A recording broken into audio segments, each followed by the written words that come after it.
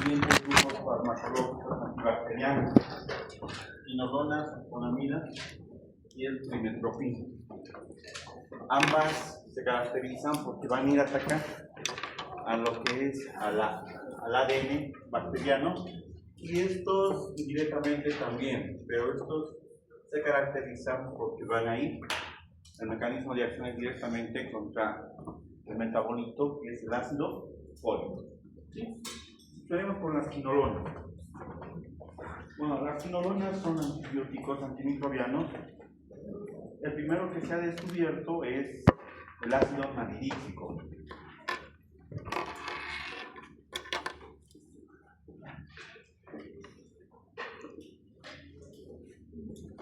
Son antibióticos bactericidas y tienen amplio espectro.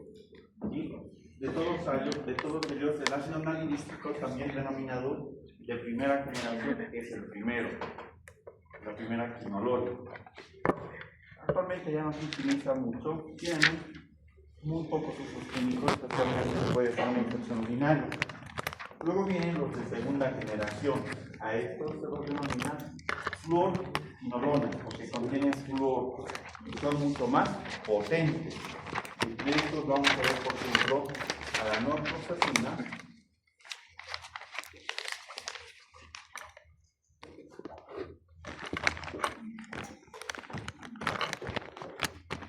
al ciprofloxacino o ciprofloxacina. ¿Sí?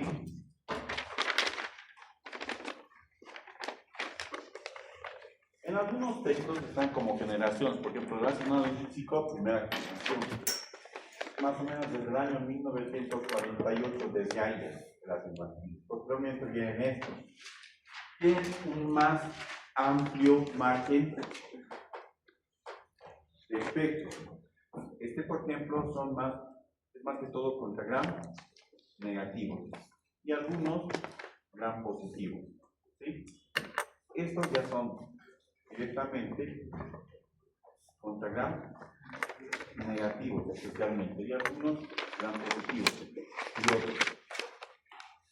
Entre las cepas que normalmente la norfloxacina y la ciprofloxacina están, por ejemplo, lo que es del tipo las bacterias Salmonella, ¿sí? Shigella, Pseudomonas,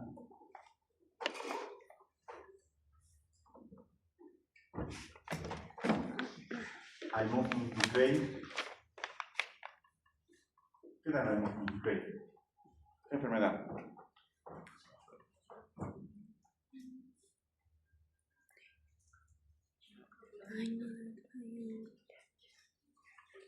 Chancro, ¿verdad? Chancro, una IPS. Puede estar Staphylococcus aureus, especialmente, Legionella, Klebsiella, Mycoplasma, Pasteurelia, etcétera, etcétera, etcétera. ¿Sí? O sea, ese amplio espectro. Vean ustedes, normalmente estos se utilizan bastante. Estos, las norfloxacina y las. Háblanles, ¿qué pasa? Todos conocen la ciprofloxacina, ¿sí o no? Todos han utilizado, ¿verdad? Y tenemos las de tercera generación, que son más recientes.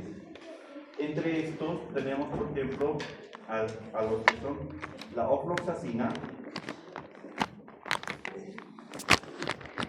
la levofloxacina,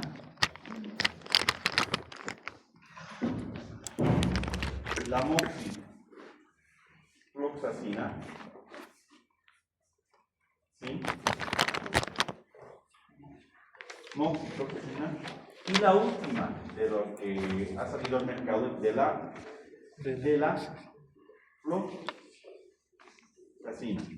Ahora hay otros, gatifloxacina y otras floxacinas ya han salido al mercado, pero ya no se encuentran disponibles. ¿Por qué? Por los efectos adversos que han presentado. Hay una ciencia que se encarga de los medicamentos que salen al mercado, que hemos visto que se denomina esa ciencia. farmacovigilancia o farmacoepidemiología. Sacan los medicamentos, una vez que los sacan, porque hacen todos los estudios, 8 a 10 años, pero se siguen estudiando para ver los efectos adversos. Y estos últimos que han salido, antes que estos, la gargifloxacin y demás, tenían efectos adversos, producían hipoglicemia y producían alteraciones cardíacas, arritmias cardíacas, no pensé, eran efectos adversos.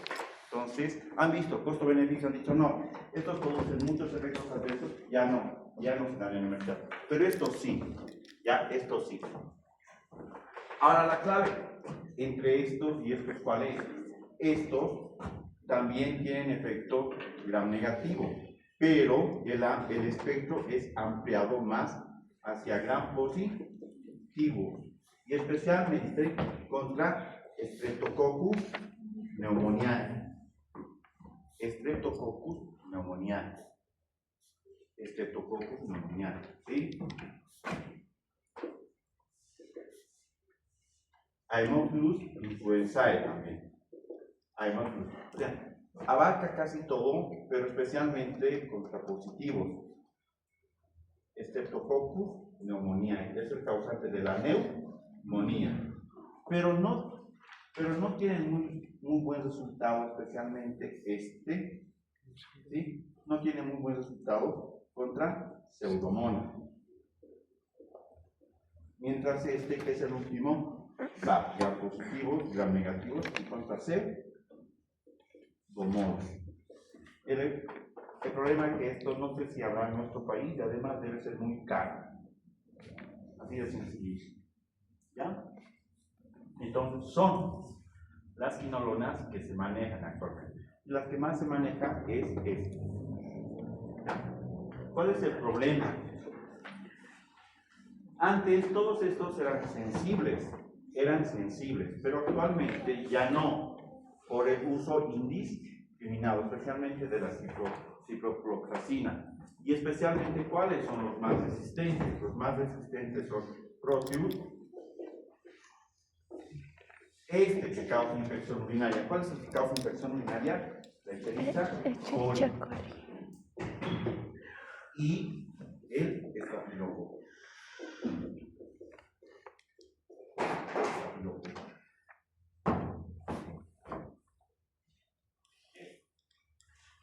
Bien, veamos la farmacocinética.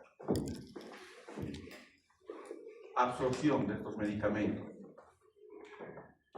Todos estos medicamentos normalmente, la mayoría se dan por vía oral y tienen muy buena absorción. Se absorben aproximadamente en un 70 a un 80%.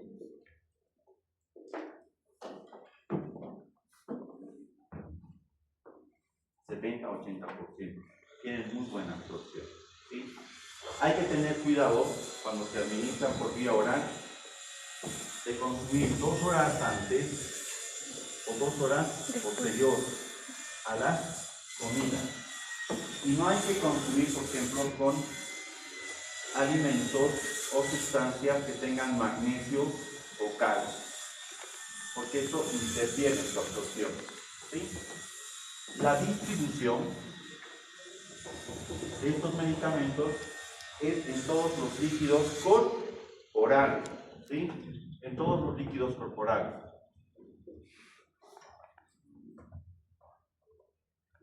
No pasan, o pasa muy poco a lo que es el líquido cefalópodo. Aquí no pasa. En una meningitis. ¿Qué? Sobre el compañero que tuvo un accidente. Sí, ¿qué pasa?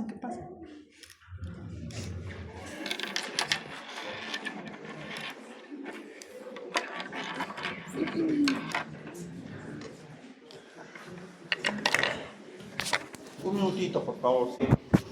Las quinolonas, ¿sí? Una vez que se absorben, ya están en el torrente sanguíneo a las 2 horas. ¿Sí? A la hora, de 1 hora a 3 horas. O sea, toma uno a las 2 horas, a la hora ya está en el torrente sanguíneo y se está distribuido por todos los líquidos corporales. ¿Sí? Hay que tener en cuenta que estas quinolonas pasan en la lactancia materna, en la leche, ¿sí? Entonces, hay que tener cuidado en las mujeres que están dando de lactar, ¿sí? ¿Por qué? Porque tiene algunos efectos que vamos a ver que no son tan buenos, especialmente para los niños, ¿sí? El metabolismo, especialmente el metabolismo de todos ellos, es hepático, especialmente de la moxifloxacina. Metabolismo. ¿Cuál? La moxi. Todos tienen metabolismo, pero muy poco. La mayoría del metabolismo del medicamento es de la moxifloxacina. ¿Sí? Ese se metaboliza más en hígado. Se elimina muy poco a nivel renal. La excreción, ¿sí? La excreción normalmente es renal, casi en su totalidad. De todos, excepto de ¿cuál? ¿Cuál?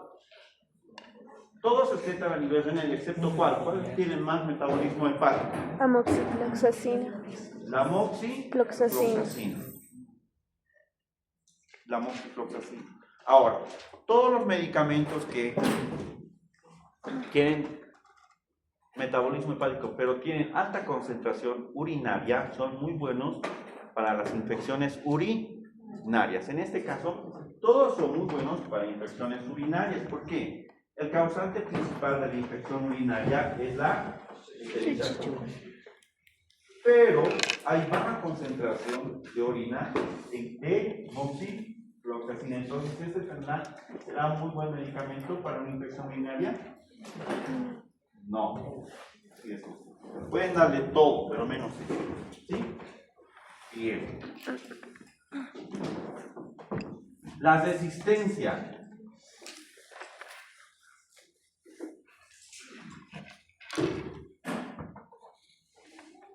Por ejemplo, estos, hay mucha cantidad de personas que ya son resistentes.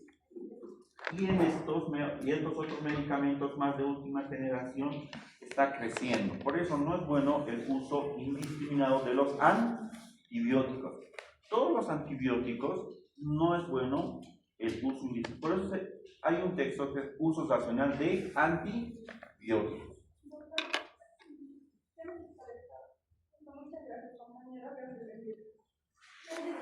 Muy bien, gracias a ustedes, ¿sí? Bien. Los del grupo 1 vamos a recolectar también el día. Poseyo, doctor, poseyo. No con José.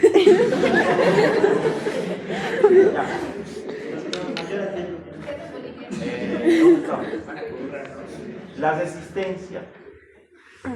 El problema es como todos se van a la farmacia, ven, estoy mal, tengo diarrea, o tengo fiebre, o te venden, ¿verdad? Sí, ¿sí o no? Para todo, para infección respiratoria, urinaria, digestiva, sí.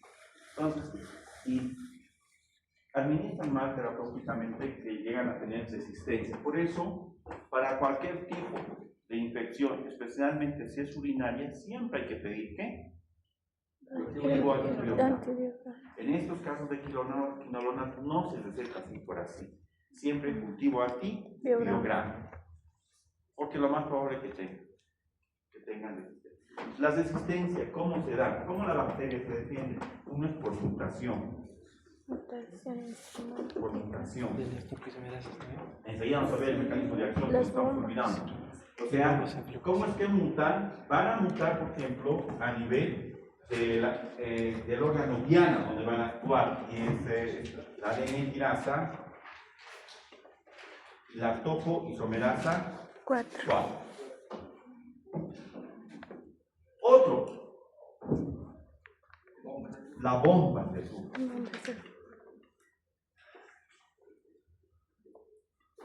Bombas de expulsión.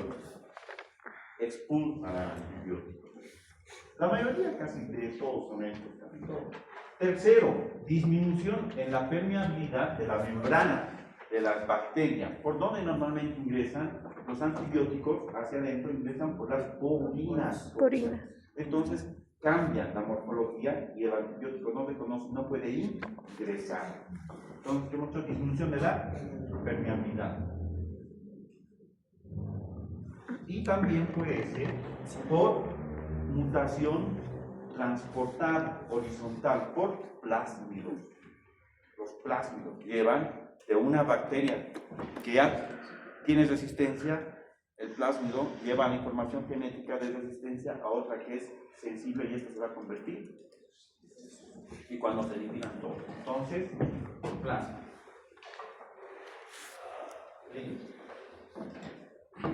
El mecanismo de acción, que era lo primero que teníamos que ver, el mecanismo de acción es, van a ir a inhibir a estas dos enzimas, la ADN tirasa, que también en algunos textos se llama topoisomerasa 2. Y a la topoisomerasa 4. Ahora, ¿cuál es la función de estas enzimas en la bacteria? Normalmente, El movimiento de la hebra, primero, la densidad de las bacterias, ¿verdad o no? Pero para dividirse necesita primero de la topoisomerasa 4, 1, para dividirse. Si no hay la topoisomerasa 4, entonces no se divide, no va a haber duplicación. Y además va a haber enrollamiento, superenrollamiento se llama. Superenrollamiento positivo. Cuando se enrolla bastante, no hay duplicación. Para que haya superenrollamiento, tiene que haber un enrollamiento negativo. ¿Qué quiere decir? Cortar esto para que no esté superenrollado. ¿Quién corta eso? Es la ADN tirasa.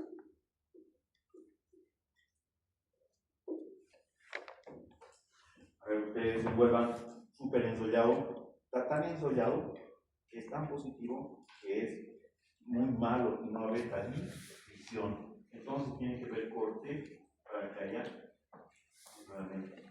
enrollamiento negativo. En esos casos actúa la ADN tirasa. En la división, en el desdoblamiento, la topoisomerasa 4.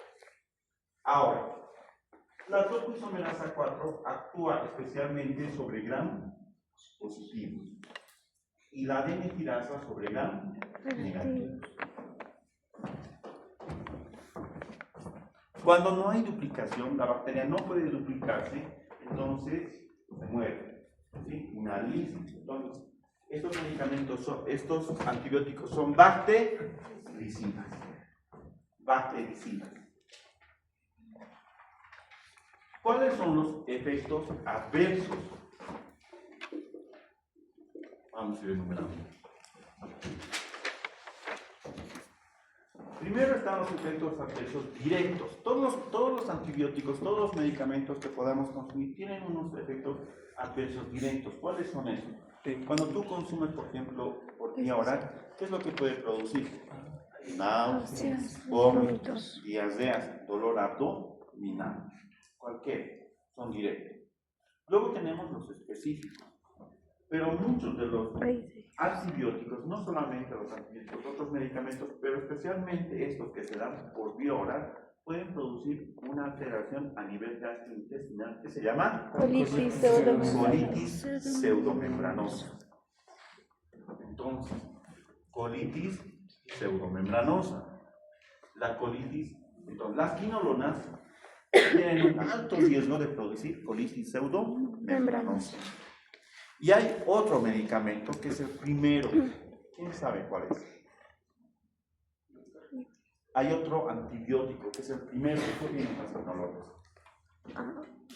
No han oído, pero la clindamicina y la lincomicina. Si toman eso, si no es que tomen, eso se administran por vía intravenosa, especialmente se utilizan para infecciones abdominales graves, sépticas, lo más probable es que tengan colitis pseudomembranosa. La colitis pseudomembranosa es una enfermedad inflamatoria producida por una otra bacteria anaerobia, que es el Clostridium difficile. Eso aprendamos, ¿sí? Siempre. Cualquier paciente que está con tratamiento con quinolonas puede llegar a tener colitis pseudomembranosa. El tratamiento para la colitis pseudomembranosa es, ¿cuál es? Metronidazol, vancomicina. El metronidazol y la vancomicina. El metronidazol normalmente 500 y oral a 2 horas. Y la vancomicina 125 miligramos por día oral. Y hay otro, la fidoximicina. Ese medicamento pero no. Si conocemos el metronidazol, dentro de los medicamentos de estos tendría que estar lo que es el metronidazol. El metronidazol actúa, ¿saben cómo? Midiendo al ADN. Al ADN. Es contra anaerobio. Pero el metronidazol, vamos a verlo en parasitosis. Está en el grupo de los nitrimidazol. Pero se utiliza más que en parasitosis, se utiliza más como antimicrobiano. Cualquier medicamento, cuando un paciente tiene una infección grave, siempre le dan cualquier medicamento acompañado de metronidazol. Porque metronidazol es específicamente para anaerobios. Entre los anaerobios, ya ustedes han visto bacteroides, streptococcus o no. El Clostridium es un anaerobio. Son bien difíciles de erradicar, pero el metronidazol sí tiene muy buena acción. ¿Ya? Vamos a ver. Uno hemos visto colitis pseudomembranosa. La otra tiene que ver a nivel de la alteración del cartílago de crecimiento. Puede llegar a alterar el cartílago de crecimiento en los niños y adolescentes. No está totalmente comprobado, pero sí es una reacción adversa. Entonces, no es tan deseable dar en los adolescentes. Pero si no hay otra, costo-beneficio se tiene que dar. No quiere decir, le doy ciprofloxacina al adolescente, va a tener alteración en el crecimiento, porque esto puede alterar el cartílago de crecimiento. Pero si no hay otra, tiene que ser. ¿Ya? Aquí mismo, en la alteración del cartílago de crecimiento, en las personas mayores de 60 años, que además tienen, no solamente personas mayores de 60 años, personas inmunocomprometidas y personas que han recibido algún trasplante, están en tratamiento con corticoides. Todos aquellos que tienen trasplante de algún órgano siempre están con corticoides. ¿Para qué? Para que haga efecto el trasplante, siempre se da corticoides. Y cuando una persona está con mucho tiempo de tratamiento con corticoides, baja sus defensas. Entonces, cuando bajan sus defensas, son más sensibles a que puedan infectarse de cualquier cosa. Igual los pacientes con inmunodeficiencia o aquellos pacientes mayores de 60 años que tienen alguna deficiencia o no siempre alguna deficiencia, pero tengan artritis o algo y están con corticoides, baja su defensa. En ellos puede llegar a ocasionar ruptura del tendón y especialmente del tendón de Aquiles en gran porcentaje. ¿Sí? Y puede llegar a tener también, alteraciones nerviosas, neurológicas. Eso son otros efectos. Neurológicas. ¿Sí? ¿Qué alteraciones? Insomnio, convulsiones. Las personas que tengan, por ejemplo, epilepsia, pueden llegar a tener convulsiones. Pueden llegar a tener dolor de cabeza, malestar, cansancio, alteraciones neurológicas.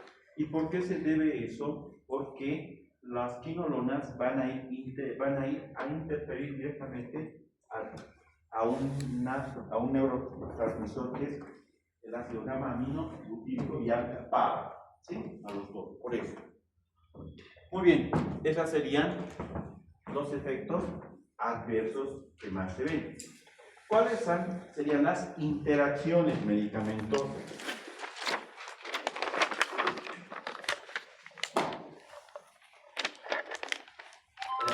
¿Con qué medicamentos no podemos dar las quinolonas? Está, por ejemplo, con un medicamento que es un citostático que se utiliza en el cáncer, y especialmente se utiliza bastante en la fiebre, en la artritis. Metotrexato. Metotrexato. Metotrexate. Serio, El metotrexate. El metotrexate, vamos a ver, ¿sí? Después es un medicamento que tiene muchas funciones, tanto a nivel microbiológico, tanto a nivel antirreumático. O sea, tiene múltiples mecanismos de acción. Entonces, no hay que dar cuando estamos dándole metotrexato.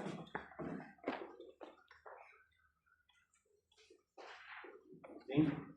Y hay que tener cuidado también cuando un paciente está con antiarrítmicos.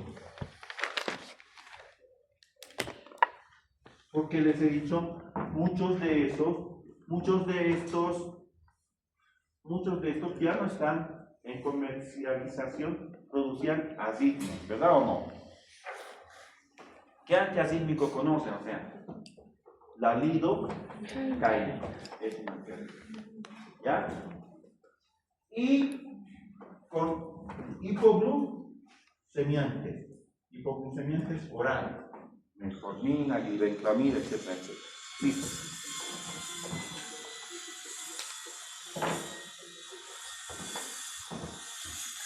Terapéutica, ¿para qué se utiliza? Con esto vemos.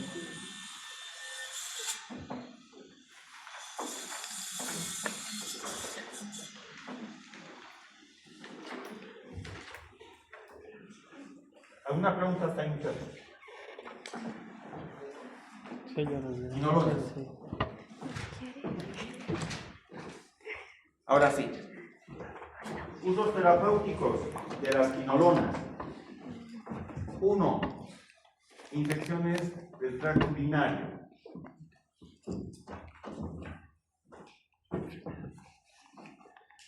Para esto, lo primero que siempre hay que pedir es el indicado cultivo antibiograma. Si tiene infección urinaria, pidan cultivo antibiograma. Siempre pidan. Porque lo más probable es que haya estado con medicamentos, no solamente por alguna infección, por algún otro tipo de infección. ¿Sí? Ahora, son excelentes para la infección del tracto urinario, especialmente ¿cuáles? El ácido nalidícico, si es una infección urinaria leve. La norfloxacina y la citorona. Pero estos dos, basta que den ácido nalidícico, norfloxacina, listo. Especialmente la norfloxacina, que es contra más gram negativos, Escherichia coli, es excelente.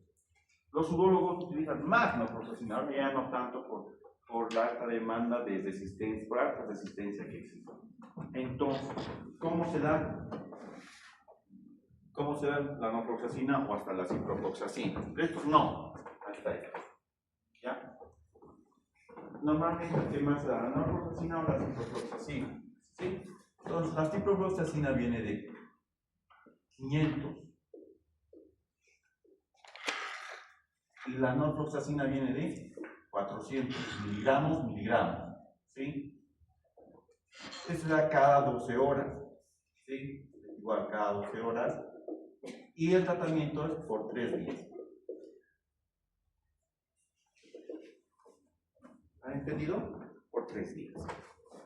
Eso en infecciones del tracto urinario leves. Ahora, si la persona tiene una infección urinaria grave, una cistitis o una pielonefritis, ¿qué es la cistitis? Inflamación de la vejiga. Exacto, y la pielonefritis senar. En la pielonefritis puede haber, por ejemplo, entre los síntomas, hematuria, proteinuria, ¿verdad? Hematuria, dolor. Hay fiebre, hematuria, dolor. ¿Sí? y de eliminación de proteínas. Esto es un poquito más moderado. Entonces, en este caso, si es sensible, tienen que darle por el lapso de 10 a 14 días.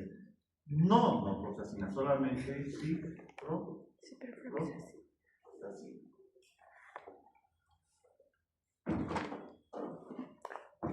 O infecciones recidivantes, pero no, mejor se cambia. Si tienes resistencia, preferible dar ceftriaxona. Ahora, si tiene una prostatitis, ahí sí es el tratamiento más largo, mucho más largo. ¿Sí? Podemos dar ciprofloxacina por el lapso de 30 por 4 semanas a 6 semanas. Bastante largo, ¿no? 4 a 6 semanas. Listo. En los adolescentes es preferible no dar. Hay otras alternativas, podemos usar penicilina, ¿verdad? Pero no es. En los recién nacidos y en los lactantes, sí se puede dar en estos casos cuando los lactantes tienen fibrosis quística. La fibrosis quística. El problema que es en los lactantes, estos antibióticos van y luchan por el transporte con las proteínas y desplazan a la bilirrubina. Y cuando se desplaza la bilirrubina, puede aumentar la bilirrubina y puede producir en los lactantes recién nacidos ¿qué?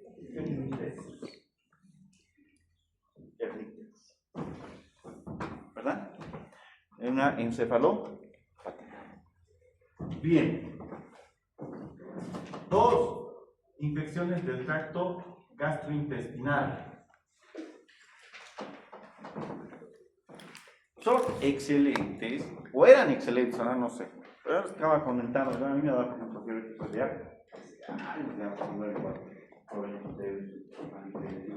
así, por estudiar mucho y no, pues siempre es bueno comer, tener las defensas altas.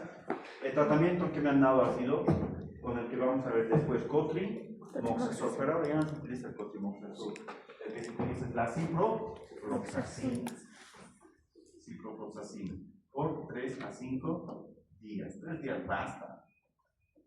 Infecciones ¿por qué? En este caso, el agente es la E. coli. En este caso es Salmonella y Zika. Listo. Infecciones del tracto gastrointestinal. Cipro.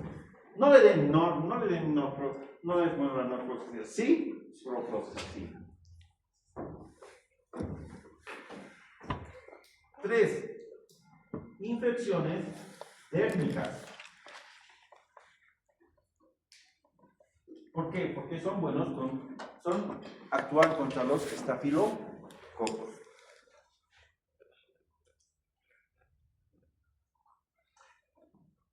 En las infecciones dérmicas, por ejemplo, son muy buenos estas, la ciprofloxacina y la levofloxacina. Infecciones. Por ejemplo, una celulitis. Pero ¿cuál es la primera elección para la celulitis?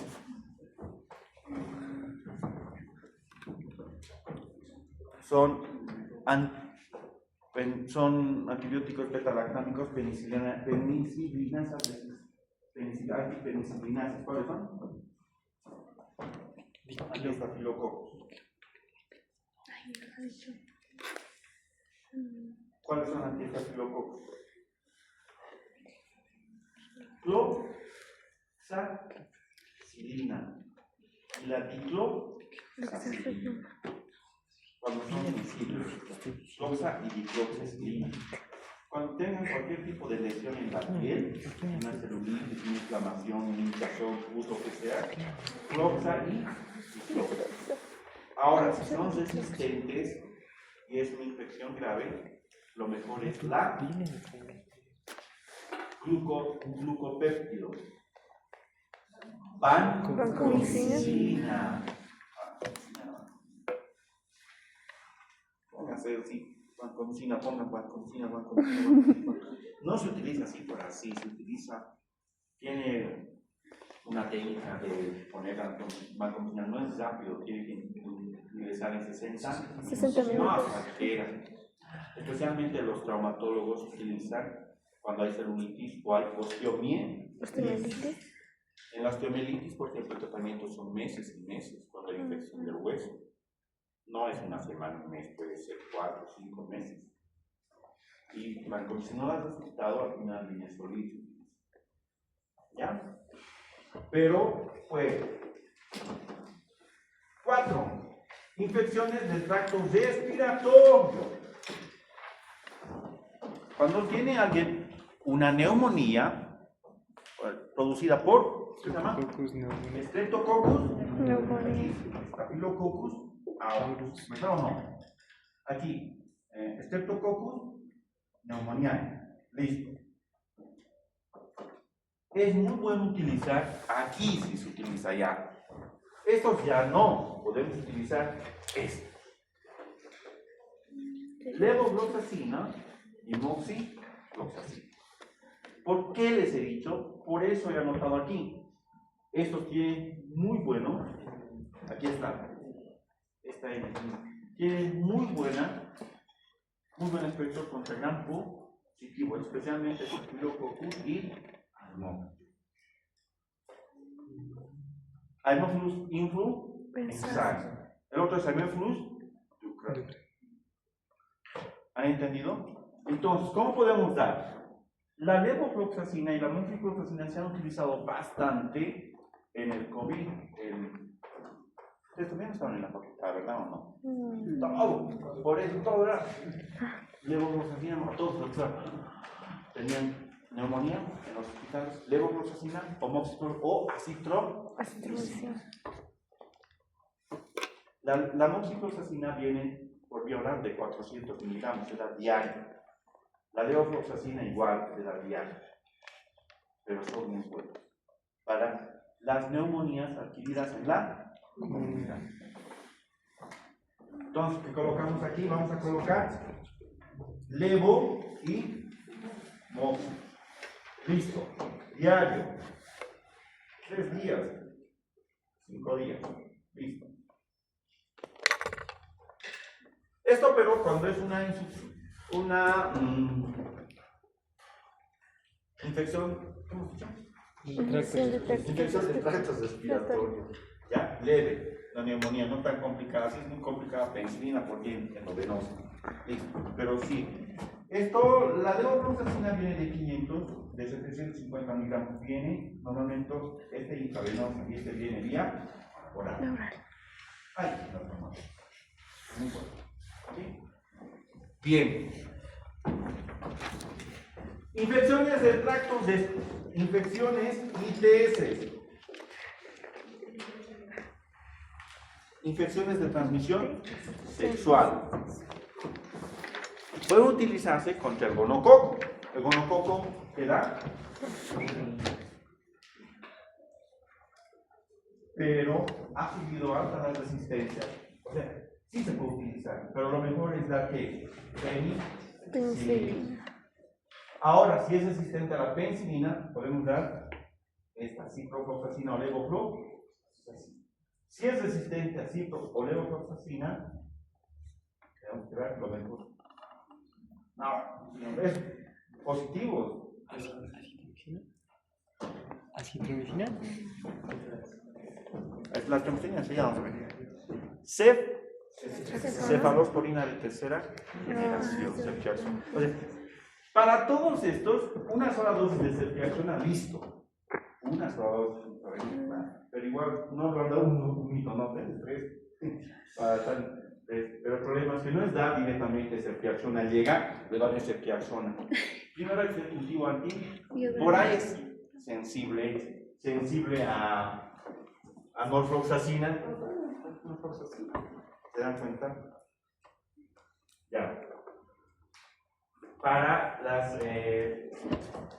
uretritis, la vaginitis.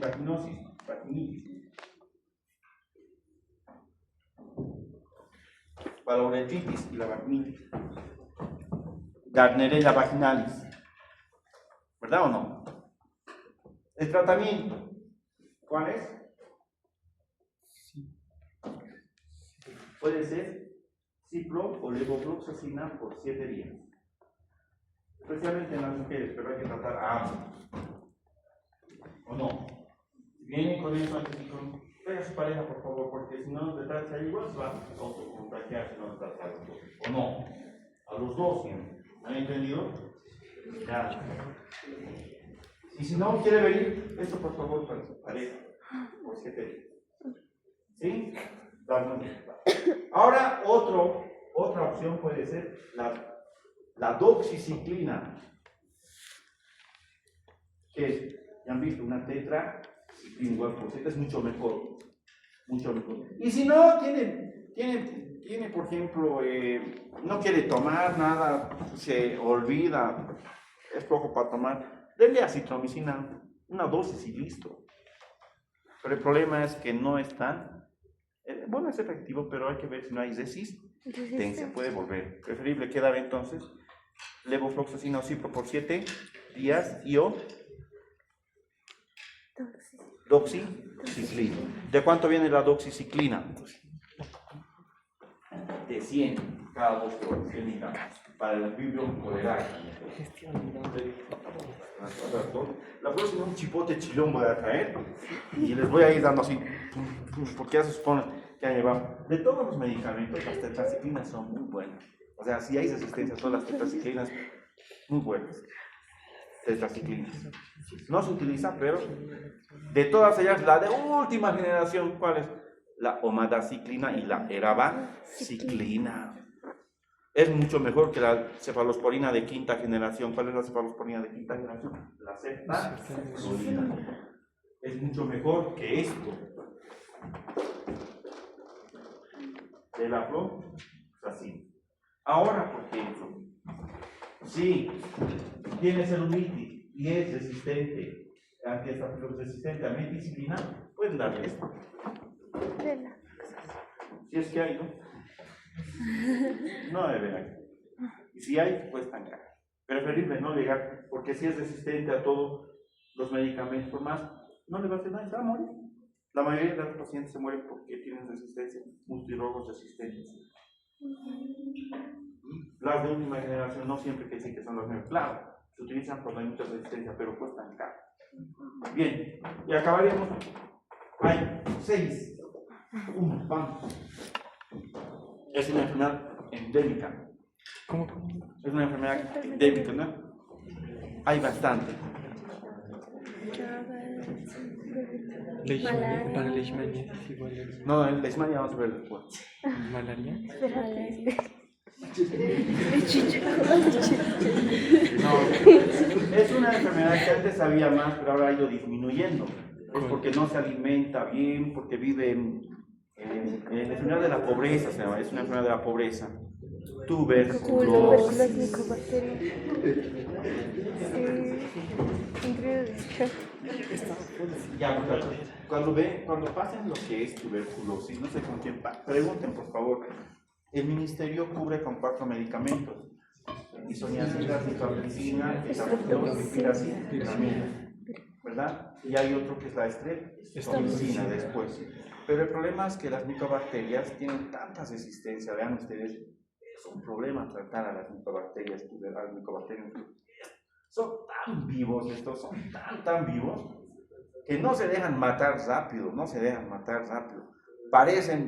Parecen más o menos el PSG contra el Real Madrid. y si vos después descubres, ya van a aparecer después el Chelsea contra el PSG. Así van. O sea, las mujeres no entienden, no sé, algunas les deben gustar fútbol, otras no, pero son muy cuando vean tuberculosis, las bacterias no están así, algunas están activas, otras están durmiendo, otras son senescentes, por eso los antibióticos no pueden ir donde todas.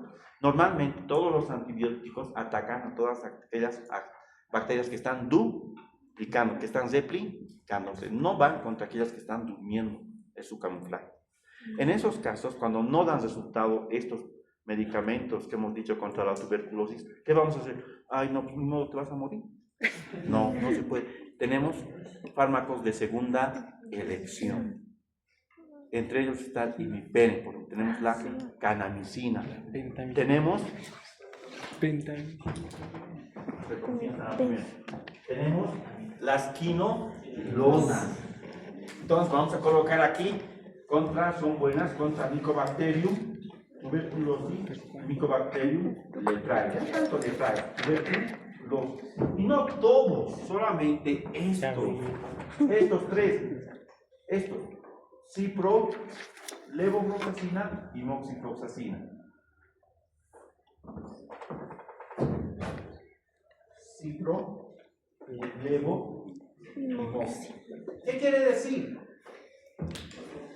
Yo tengo un paciente así, puede tener un paciente tuberculoso que es resistente a todos los de primera línea, hay que dar de segunda línea. Todo el equipo, cualquiera de esto, y no solamente esto, a eso tengo que darle COX, Linezolid, más imipenem, así 3, o cipro, más canamicina, más ketionamina, ¿se dan cuenta? No, si dan un solo medicamento en la tuberculosis, o dos, fracasa. Siempre 4 o 3 de segunda elección. Son problemas que esto cuesta más caro. ¿Alguna pregunta?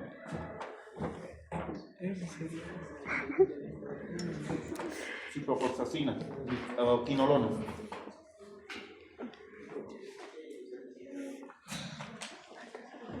¿Referencia a lo que eso pasa cuando acabamos?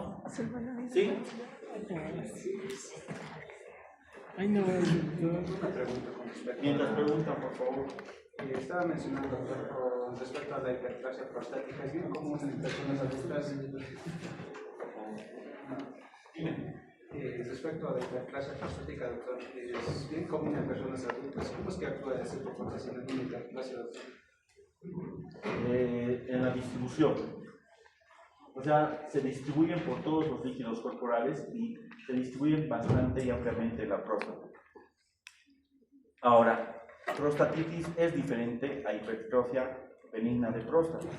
La hipertrofia benigna de próstata es cuando la próstata empieza a crecer. Y cuando empieza a crecer, lo que hace es obstruir la uretra y la persona no puede orinar, ¿verdad? No puede, por eso tiene que estar con sonda vesical.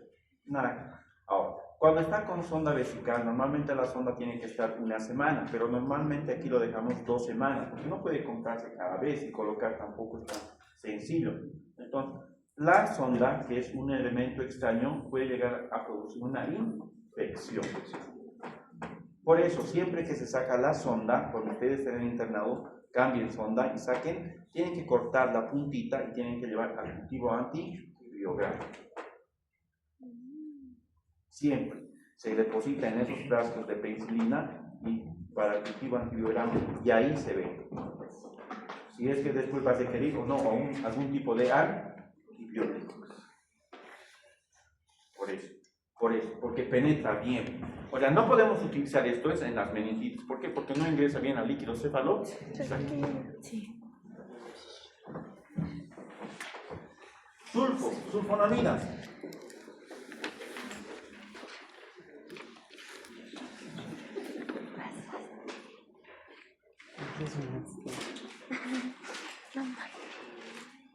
Ya. Vamos a dibujar aquí el mecanismo de acción. Tenemos la pteridina, tenemos el PAB.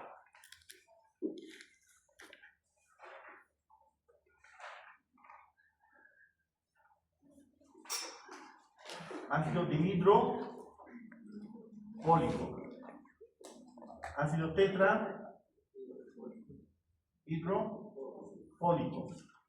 La enzima que va a actuar aquí se llama enzima dehidroterosintetasa. Y aquí dihidrofólico Reductasa.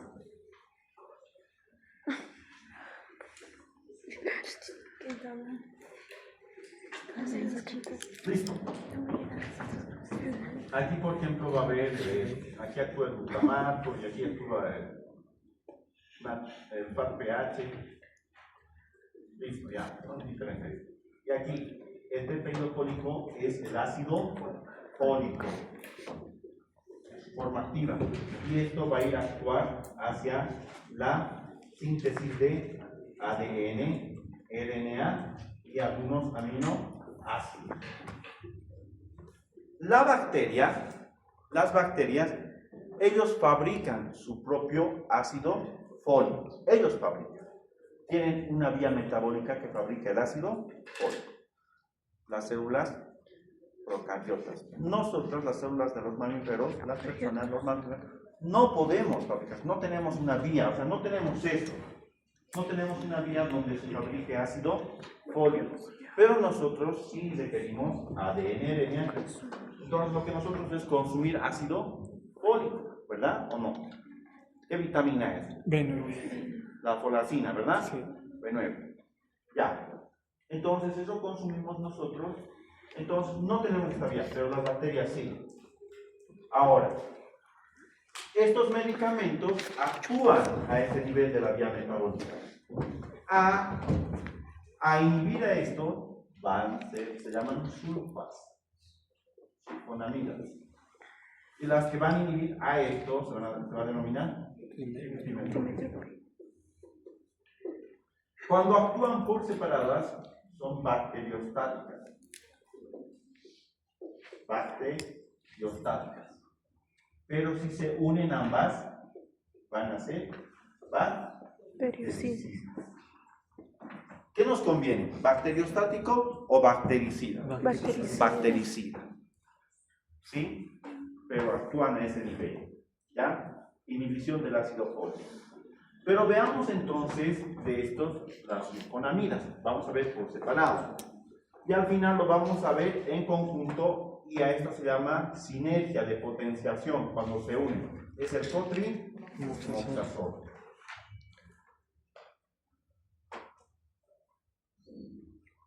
Estos, ambos, el espectro de acción es gram positivos, gram negativos, pueden ser anaerobios, y otros. Pasteurelia, Yersinia, etc. Y especialmente uno. Hay uno. ¿Quieres? ¿Quién es? Hay una bacteria que sí. Este especialmente es el que actúa contra todos esos gram positivos, gram negativos, pero actúa, voy a poner asterisco, 2 asteriscos, 3 asteriscos, es decir, que es uno de los únicos o uno de los muy pocos que actúa contra esta bacteria. Se da en pacientes que tienen VIH-Sida o SIDA. Neumocystis carini. Neumocystis excarini. Ahora es Neumocystis girovesi. Muy bien. Neumocystis girovesi. Vos lo has dicho. Girovesi.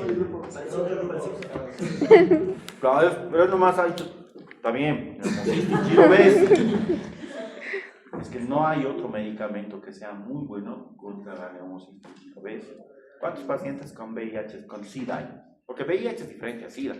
VIH puede estar infectado, pero si la persona con SIDA ya está en las últimas instancias, está con la enfermedad terminal, ya tiene DPI, ya tiene disminución de linfocitos, CD menor a 200, menor a 50, tiene infecciones oportunistas. Y la primera infección oportunista que da neumonía en estos pacientes es neumocystis girovesi. Antes neumocystis carini, ¿verdad? ¿O no? Sí. Entonces, en estos pacientes, este es el uso que da resultado a dosis altas. Perdón, doctor, ¿y eso se da como profilaxis o como tratamiento? Tratamiento. Cuando ya está con la enfermedad. Tratamiento se da como tratamiento, pero también puede dar como profilaxis. Profilaxis no solamente en los pacientes con VIH-Sida, les he dicho pacientes que tienen trasplante de órganos, pacientes con alguna inmunodeficiencia. Entonces, es oportunista y hace que tengan neumonía, por eso, pero como tratamiento es esto, es isazol. Sí da resultado, no hay otro. Es bien diferente, es bien difícil. Bien. Entre las sulfonamidas, por ejemplo, tenemos a cuáles? Tenemos al sulfametoxazol.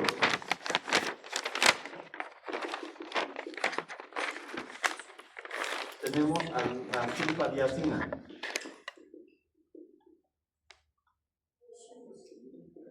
Sulfasalacina.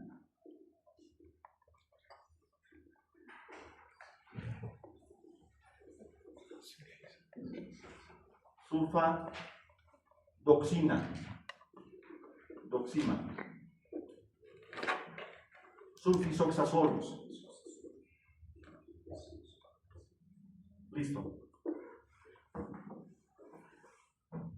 Tienen algunos usos. ¿Ya? Tienen algunos usos. La administración de estos normalmente puede ser por vía oral. Normalmente todos se dan por vía oral o se dan por vía tópica. Pueden venir en cremas combinadas. ¿Sí? Los gram positivos, gram negativos contra estafilococos también se utilizan. ¿Sí? Ahora, de todos estos, vamos a ver que el sulfametoxazol es el que se va a unir siempre al metropin. Sulfametoxazol más metropin y nos va a dar lo que es el otrimoxazol. Porque ya no se utiliza mucho por separado, casi juntos. Metropin. ¿Ya? Sulfametoxazol y metropin. ¿Ya? La sulfadiazina se une también a otro para aumentar su potencia. Es la es la pirimetamina. Pirimetamina. Es el tratamiento de elección para la toxoplasmosis. Toxoplasma gondii. Especialmente en las mujeres. ¿Quién es el que ¿Quién es la gente? Los gatos. Los gatos. Ahora las mujeres no tienen que embarazarse porque hay una triada, ¿verdad o no? Sí. Por eso antes de embarazarse, contáguense de toxoplasmosis con sus gatos ahí después. Ya. Entonces, la primera elección en el tratamiento de la toxoplasmosis, anótense, toxoplasmosis es la pirimetamina sulfadía. Sí. Ahora hay también la sulfadiazina argéntica, o otros lo conocen como mafenida.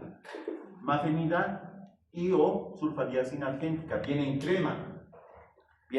Se utiliza para ser utilizado en aquellos que se presentan quemaduras. Sulfadiazina argéntica. En quemaduras, porque cuando uno se quema es más propenso a infectarse. La sulfasalacina se utiliza como antiinflamatorio a nivel de la inflamación intestinal o enfermedad de Crohn. Enfermedad inflamatoria intestinal. La sulfasalacina. Sulfasalacina. En la enfermedad, así solito. Eso en cirugías nosotros, por ejemplo, utilizamos, ¿ya? Cuando tienen enfermedad inflamatoria intestinal, enfermedad de Crohn. La sulfadoxima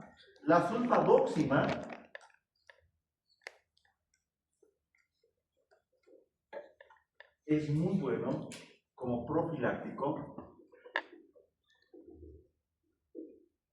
para una enfermedad que produce fiebre cada 3 días. Malaria, paludismo contra Plasmodium falciparum. Ahí se utiliza cloroquina. ¿Cuál es el tratamiento profiláctico para la malaria? La mefloquina. Pero la mefloquina se puede utilizar sulfadoxima y no sé con qué otro. Creo que es pirimetamina, no sé. Pondremos aquí, por favor, ¿sí? ¿Con cuál se une? La sulfadoxima, ¿sí? O es pero es como profiláctico para la malaria. El sulfisoxazol solito para las infecciones del tracto urinario leve. ¿Listo? Ya.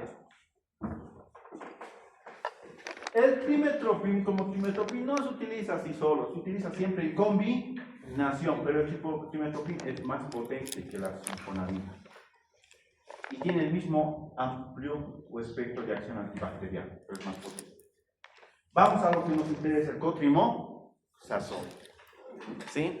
El cotrimoxazol es un medicamento que se da por vía oral, tiene muy buena absorción, se absorbe muy bien y también se distribuye por todo.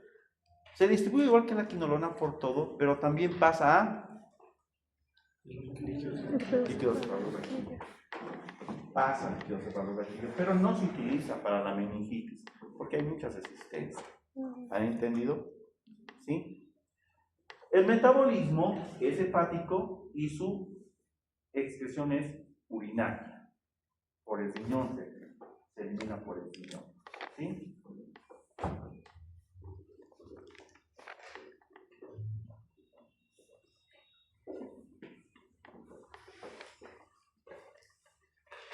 ¿Cuáles son los efectos adversos del cotrimoxazol? Cuando hablamos de cotrimoxazol nos vamos a referir a todos estos también. El primer efecto adverso es las alergias. Puede producir máculas, pápulas, puede producir lesiones puntiformes, ¿sí? A nivel de la piel. Esa es la principal. La segunda, puede producir cristaluria. Cristaluria. Cristaluria. ¿Qué es la cristaluria? Ya, formación de cristales. O sea, cuando uno toma estos medicamentos, sedimentan y pueden llegar a la formación de cristales y posteriormente cálculos. Entonces, para consumir estos medicamentos, especialmente el cotrimoxazol, se tiene que consumir con bastante agua. Entonces, consumir el cotrimoxazol con abundante, o si no tomas ese exacto, tomas el medicamento, pero posteriormente tienes que tomar bastante líquido. ¿Para qué? Para que no se produzcan cristales. O puedes tomar lo que es bicarbonato de sodio. El bicarbonato de sodio lo que hace es que no se formen cristales, ¿sí? Aumentan el pH. A pH bajo se forman cristales, a pH alto no. ¿Sí? Bicarbonato de sodio. Otra de los efectos adversos que puede producir alteraciones mielodisplásicas. ¿Qué quiere decir? Alteraciones en la formación de glóbulos blancos, neutrófilos, eosinófilos. Una anemia aplásica. Tipos de anemia. ¿Por qué? Porque va a ir a actuar a nivel del ácido, va a ir a inhibir al ácido fólico. Y el ácido, cuando uno está con anemia, por ejemplo, o en las mujeres embarazadas, ¿qué se les da? Sulfato ferroso más ácido fólico. Entonces, si va a estar mucho tiempo con este tratamiento, con cotrimoxazol o sulfato, siempre es bueno darle ácido fólico. Pero ¿y por qué no hace daño a nosotros cuando tomamos esto? Porque no no se ve mucho esto, pero ¿por qué no se ve frecuentemente? Porque si damos en mucha cantidad, o sea, la dosis más o menos hasta 10 microgramos, pero si damos 1000 microgramos, puede llegar a afectarnos, puede producir todo esto, especialmente anemia aplástica. Como se necesita mucha dosis para producir esto, casi no se da. ¿Sí? Bien. Para culminar, ¿cuáles son las indicaciones terapéuticas? ¿Por qué no estoy hablando mucho de esto? Porque antes sí se daba, pero ahora ya no, porque hay mucha resistencia. Hay mucha resistencia a este medicamento. ¿Sí? Entonces, ¿cuáles son las indicaciones terapéuticas? Lo mismo que los de la quinolona, para infecciones del tracto urinario. Pero antes de dar el cotrimoxazol viene de ¿cuánto? Viene de 480 de 960 miligramos. ¿Sí? ¿Cómo está compuesto? Les he dicho, cotrimoxazol es la unión de ¿qué? Sulfametoxazol y trimestopina. ¿Sí? La relación tendría que ser 20 a 1, 20 de sulfametoxazol y 1 de trimestopina, así juntos, pero actualmente es 5 a 1, 5 de sulfametoxazol y 1 de trimestopina. Ejemplo, en esto tenemos 400 y aquí 80. Os viene de 480. Ahora, este de 960 sería, tenemos 800 aquí y aquí tenemos 160. Las relaciones 5, 1. La absorción, distribución diferentes en ambos. O sea, tomas tú la pastilla, pero el sulfametoxazol se va a distribuir, se va a expresar diferente a lo que es el trimestopina. Pero los dos van a actuar a este nivel y van a curar a la persona. Van a matar a todas las bacterias. ¿Sí? La citrus, sí se da. ¿Ya? Se da. Ese tratamiento. Normalmente en los adultos se utiliza esto y es en los niños. También hay en jarabe de este. También se utiliza en las infecciones de tracto gastrointestinal, salmonella y Shigella. Pero por 21 días, 14 a 21 días, es mucho tiempo. El problema es que hay mucho, antes se utilizaba bastante, hay muchas resistencias. ¿Sí? Puede utilizarse también para infecciones dérmicas, por ejemplo aquí, la sulfadiazina argéntica o la mafenida. ¿Para qué? ¿Verdad? Para infecciones de la piel, infecciones porque hay estafilococos. ¿Sí? Entonces aquí ya se ha dicho, esto es infecciones respiratorias.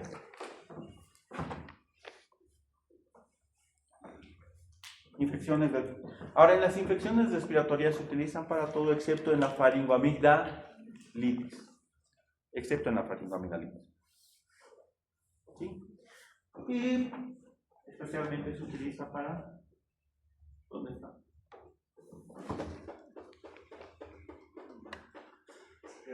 Neumonía por neumocistis girovesi. En pacientes que van a ser tratados con trasplantes, en pacientes inmunodeprimidos para neumonía, en ese caso. ¿Qué otro más?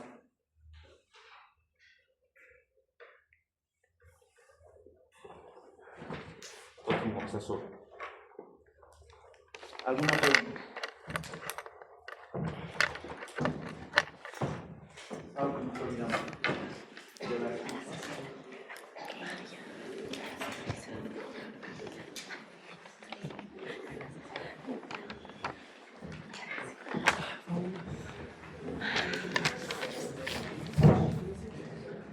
Ya muy bien, ya se utiliza mucho, pero hay que tener cuidado con los medicamentos que casi han sido desplazados porque por las quinofloras. ¿Sí? Vamos.